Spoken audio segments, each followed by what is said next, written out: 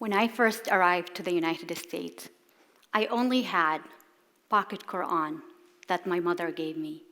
That's and a little hope for a better future for my husband, myself, and our one-year-old daughter. Before we left Iraq in 2010, dangerous faction threatened to kill my husband for working with Americans. Every day, he took different routes to his work in Iraq to avoid being attacked. Some of our closest friends were killed. That's when we knew there's no other choice. In the middle of the night, we left our home, not knowing if we ever to return. In a blink of an eye, we went from a professional, financially stable, happy family to refugees. When I arrived to Florida, I was not welcomed.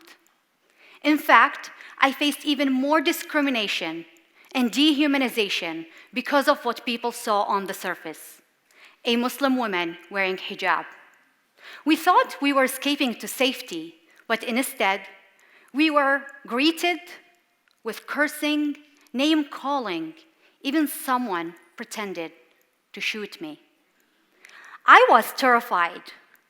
My new neighbors did not know that I was a survivor of war, an American ally. The truth is, they did not even ask. I still remember the first time someone told me to go back home. The problem is, I don't have home to go back to. I would have if I could have. No one wants to leave their home. In fact, many refugees like me dream of reuniting with friends and family, regaining parts of our own life that was stripped away from us. The home we left is not safe now. That's why we are forced to make a new home, even in a place that doesn't want us. So what comes to your mind when you hear the word refugee? When I tell people I am a refugee, people make assumptions. Sometimes people are misinformed or ignorant. Sometimes people make false assumptions because they have never met a refugee.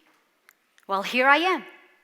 I am one of more than 100 million people worldwide forcibly displaced to make a new life, to seek safety and freedom.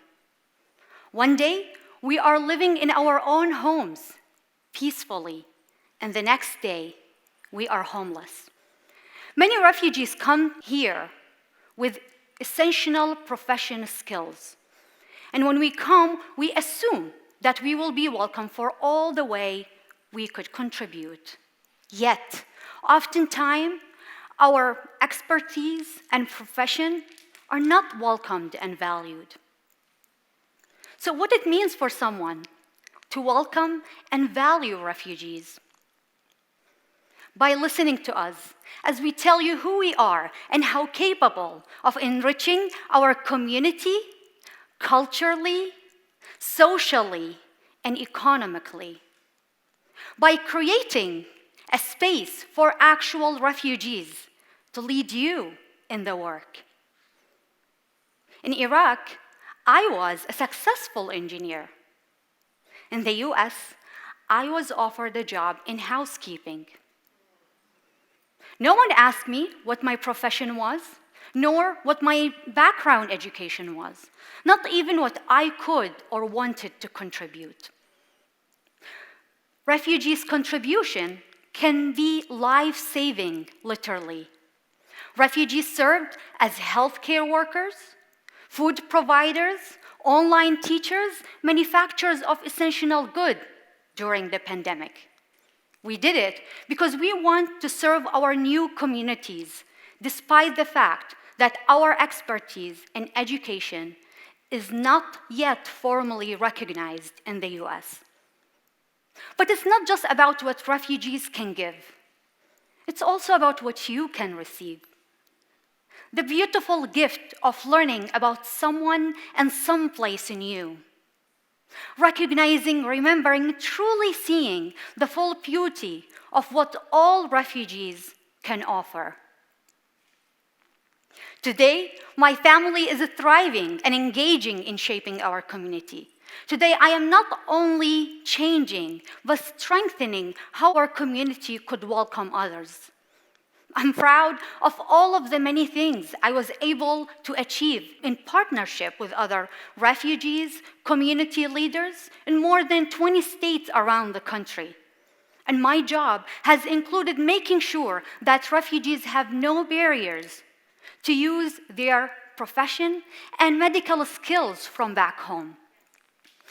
Making sure that young people and homeless people have what they need to access basic services, something that was really critical during the pandemic. And the contribution I make gives me a huge sense of belonging. I am also overwhelmed by the outpouring support that we are witnessing in the US for Afghan and Ukrainian refugees. Faith-based communities, veteran groups, even global companies coming together for the purpose of welcome, whether to provide families with housing, jobs, or even educational opportunities. Great.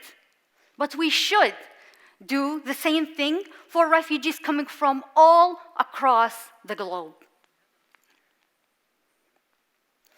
By educating yourself, by engaging in welcoming refugees in your communities, and by letting your elected official know where you stand, you can create a community of welcome for those seeking refuge.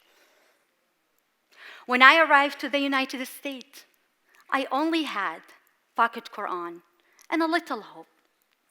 I stand here today as a leader, building a community of welcome and belonging for all, including refugees. Because we are not forever victims. We are thought leaders. We are innovators. And most importantly, we are humans. Join me in recognizing the humanity, the potential, and the values of everyone, including a refugee like me.